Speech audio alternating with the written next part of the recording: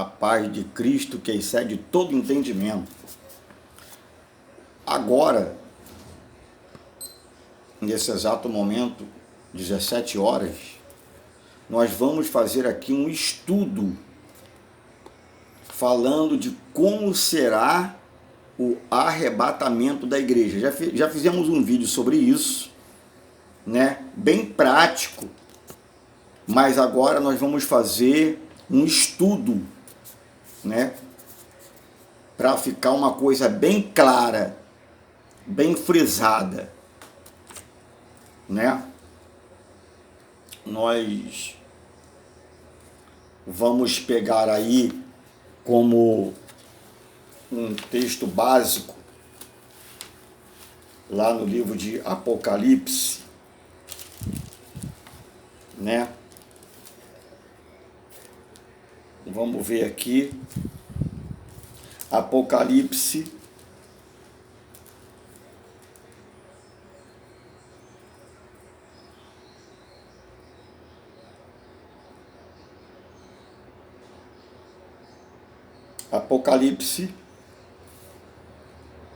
capítulo de número 1 ou 1, como queira, versículo 7.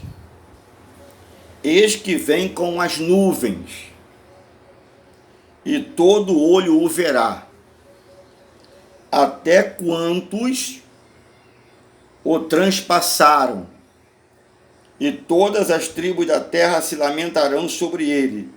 Certamente. Amém.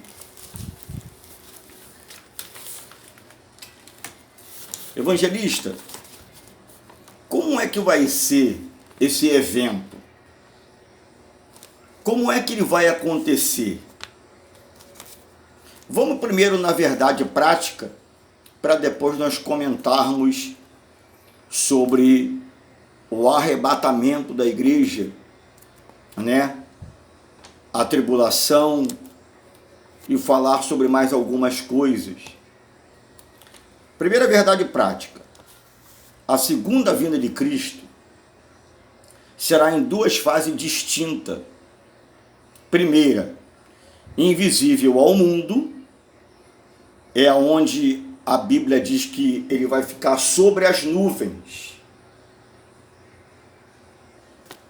para arrebatar a sua igreja. E a segunda, visível e corporal, com a sua igreja glorificada, para estabelecer o quê? O milênio. Vamos lá. A Bíblia mostra a segunda vinda de Cristo em duas fases. A primeira é o arrebatamento da igreja, o arrebatamento dos santos, aqueles que receberam a Jesus como seu Salvador e foram fiéis até o fim.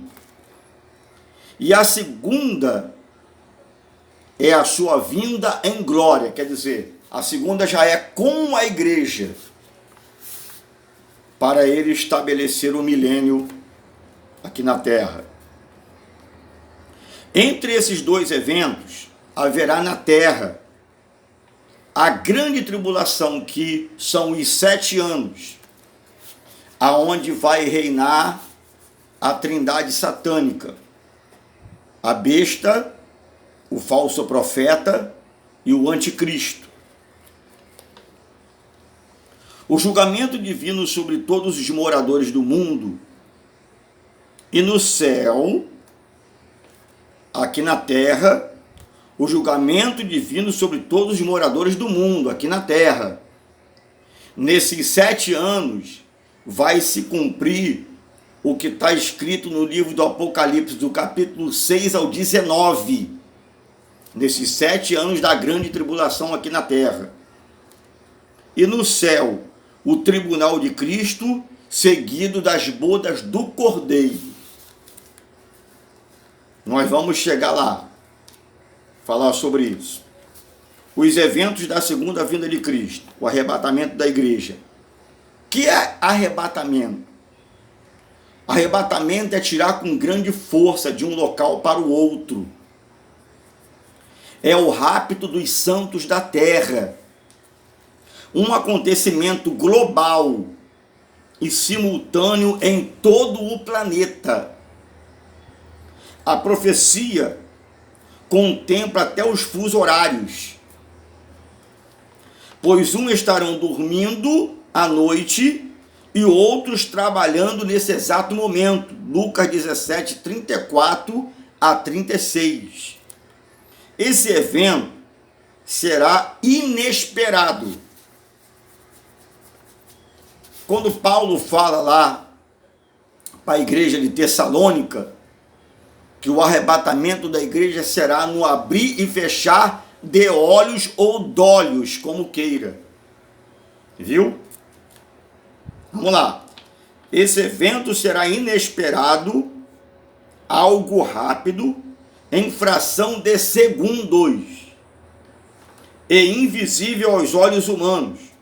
No momento, olha só, num abrir e fechar de olhos, ao ressoar da última trombeta.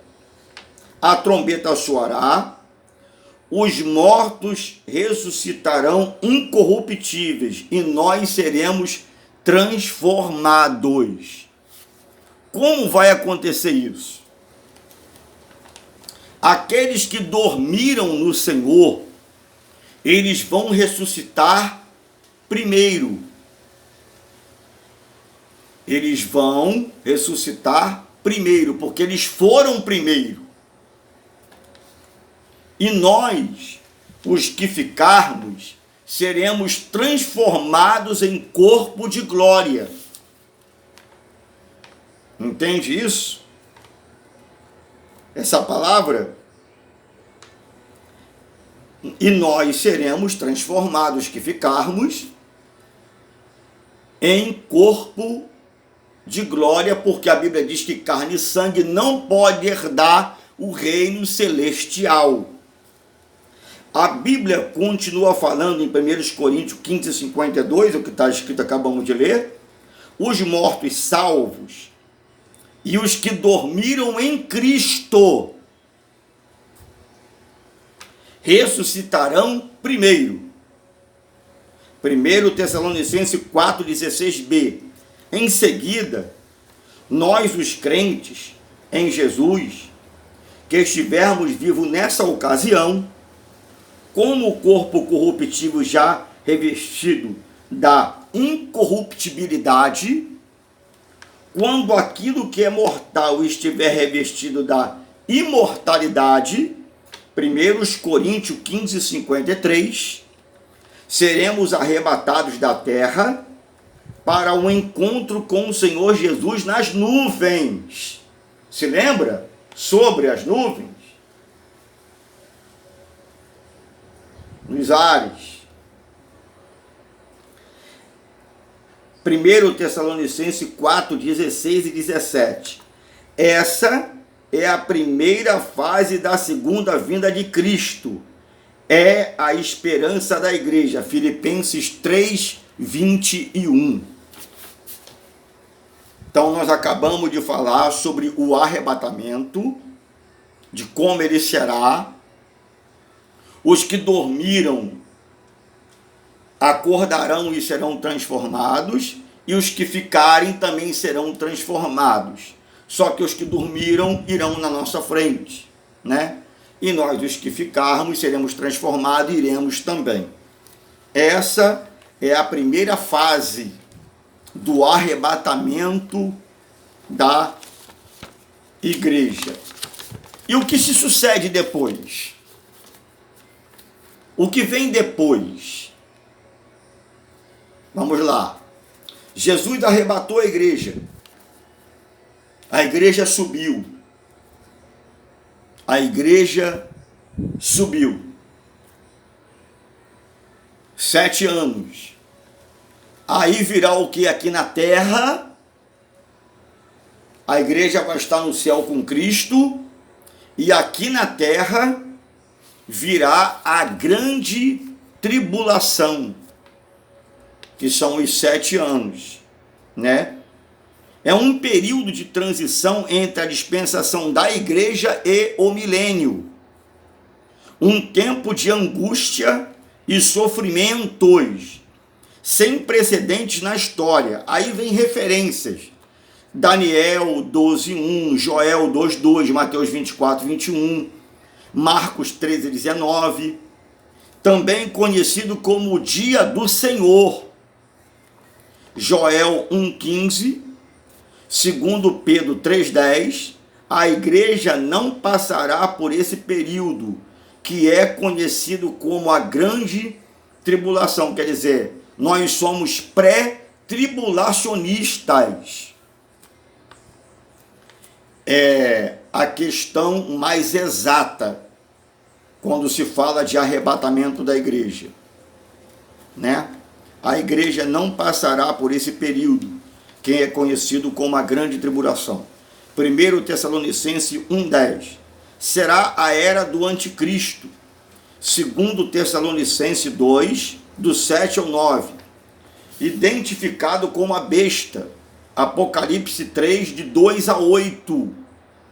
O falso profeta será o porta-voz do anticristo, que enganará o povo por meio dos falsos milagres. Apocalipse 16, 13 e 14. O anticristo fará um concerto com a nação de Israel por uma semana de anos. Isso é simbologia.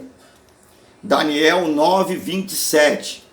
Mas na metade deste período, o concerto será rompido, pois os judeus descobrirão que fizeram um acordo com o próprio diabo. Só a partir daí é que começa o período da angústia de Jacó. Jeremias 37. Jeremias capítulo 30, versículo 7. Todos esses horrores serão registrados a partir do capítulo 6 de Apocalipse.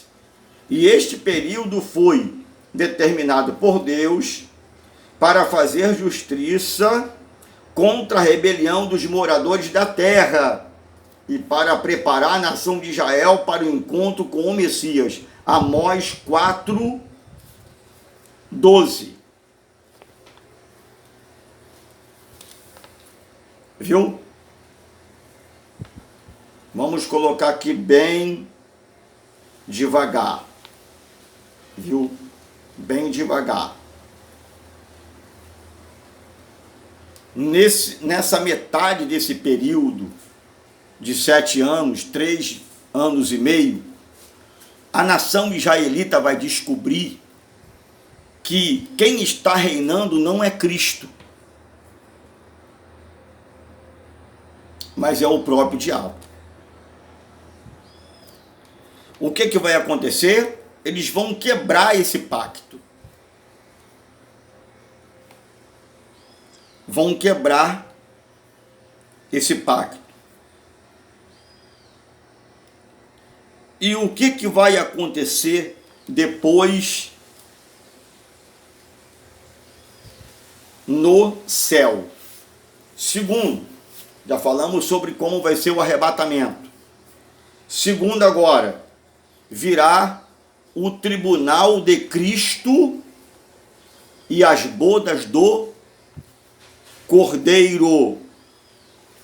Enquanto a grande tribulação acontece na terra, no céu, os santos estarão recebendo a recompensa por aquilo que cada um fez em vida, pela causa do Evangelho. 1 Coríntios 3, de 12 a 15. Apocalipse 22, 12. É o chamado tribunal de Cristo. 2 Coríntios, capítulo 5, versículo 10. É a premiação dos salvos. Preste atenção. Preste atenção. Esse tribunal de Cristo aqui não é para nos condenar, mas é para nos dar o galardão por aquilo que nós fizemos aqui na terra. Viu? Não confunda. Alusão ao tribunal de Cristo. Antigamente, nos estádios gregos da Grécia, existia muitas competições, por incrível que pareça, principalmente atletismo. E aquele que ganhava a prova, ele ficava um degrau acima de um patamar, e esse lugar, ele era chamado de bema. Era onde o vitorioso, ele ficava em cima desse degrau, se destacando dos demais, que ficavam em parte plana. Viu? Você pode ver que nos púlpitos, a maioria deles, não é regra, a maioria dos púlpitos, eles ficam um pouco acima, um degrau, ou 50 centímetros, ou 1 metro acima do piso da igreja. É como se fosse um púlpito. Viu? Vamos adiante. Será a premiação dos salvos. Quando se fala aqui Tribunal de Cristo, ele está falando de galardão. Galardão significa trabalhos, prêmio por trabalhos prestados. Significa galardão. É a premiação dos salvos. Não se trata de um julgamento para salvação ou condenação. Todos os presentes já são salvos em Jesus. Porque se já foram arrebatados, claramente é óbvio que já foram salvos. Visto que a salvação é pela graça. Já vimos lá, né? Na carta de Paulo aos Efésios. Pela graça sois salvos, mediante a fé. Isso não vem de vós, é dom de Deus. Não pelas obras, para que ninguém se glorie. Aqui se trata de mais uma bênção aos salvos. Em seguida, virá a festa das bodas do Cordeiro. Apocalipse 10, verso 9. O grande banquete que celebrará a união de Cristo com a sua igreja. Viu?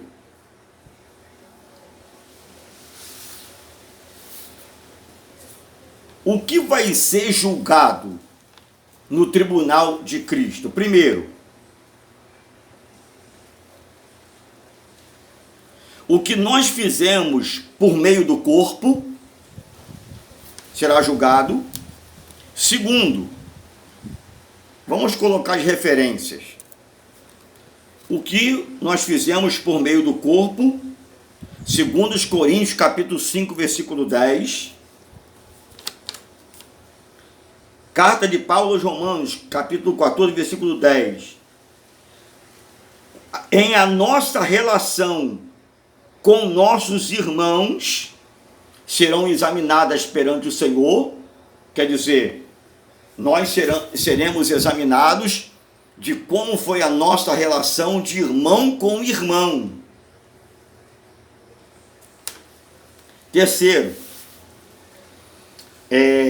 onde o nosso serviço a Deus é provado. Viu? Ali haverá uma relação, ali haverá uma avaliação do que fizemos e não fizemos, para dar a cada um segundo a sua obra. Viu? Aquilo que nós fizemos, nós vamos ter um galardão. E aquilo que nós deixamos de fazer, também terá uma avaliação. Vamos adiante. Essas amostras proféticas servem como garantia, viu? De tudo o que está escrito para o fim. dos tempos, irá de igual modo se cumprir. Jeremias 1,12. A nossa esperança não se baseia numa utopia, mas em fatos revelados na palavra de Deus e confirmados pela história. A escatologia bíblica, que é o Apocalipse, ele é chamado de escatologia bíblica, é a continuação do processo histórico. Viu? Então, depois do tribunal de Cristo, nós entraremos nas bodas do Cordeiro. Viu? Amém? É isso que nós temos para passar. Viu? Vamos fazer também um estudo aonde estaremos falando sobre o milênio, como será o milênio e como será estabelecido o milênio. Vamos estar falando sobre isso também. Esse foi um estudo sobre arrebatamento da igreja, sobre tribunal de Cristo e sobre as bodas do Cordeiro.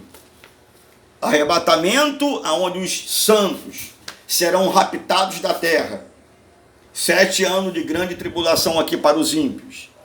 Segundo, tribunal de Cristo no céu, para dar o nosso galardão, o que nós fizemos aqui na terra em prol do Evangelho. E terceiro, estaremos sentados com Cristo para ceiar nas bodas do Cordeiro.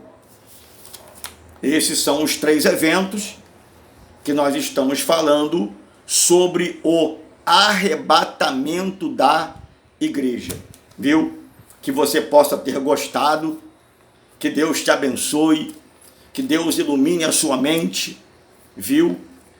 Para que você possa compreender o quanto é necessário você reconhecer o sacrifício da cruz, o sacrifício que Jesus fez na cruz do Calvário, o quanto é necessário o reconhecimento desse sacrifício. E muito em breve você receba, os votos do evangelista Luiz Cláudio, a Jesus como seu único e suficiente Salvador da sua alma. Não para fugir do inferno, não, mas pela gratidão, pelo que ele fez por nós na cruz do Calvário. Viu? Paulo diz em uma das suas cartas que ninguém morreria por um justo. Pode ser que pelo bom alguém se anime a morrer. Olha o que Paulo fala. Viu? Então que Deus te abençoe. Fique com esta palavra que é viva e eficaz, viu? Acerca do arrebatamento. Nós estaremos colocando alguns louvores aí para a sua edificação, para você se alegrar, viu? Estaremos voltando com mais palavra e com mais estudos a respeito do milênio e de outros tópicos, viu? Em que Deus ele vai estar nos dando, eu creio assim, viu? Que Deus te abençoe, abençoe a sua família, abençoe a sua vida. Quem tem esse desejo é o evangelista Luiz Cláudio, um mero servo do Deus Altíssimo, e que Deus abençoe a sua vida em nome de Jesus. Deus te abençoe.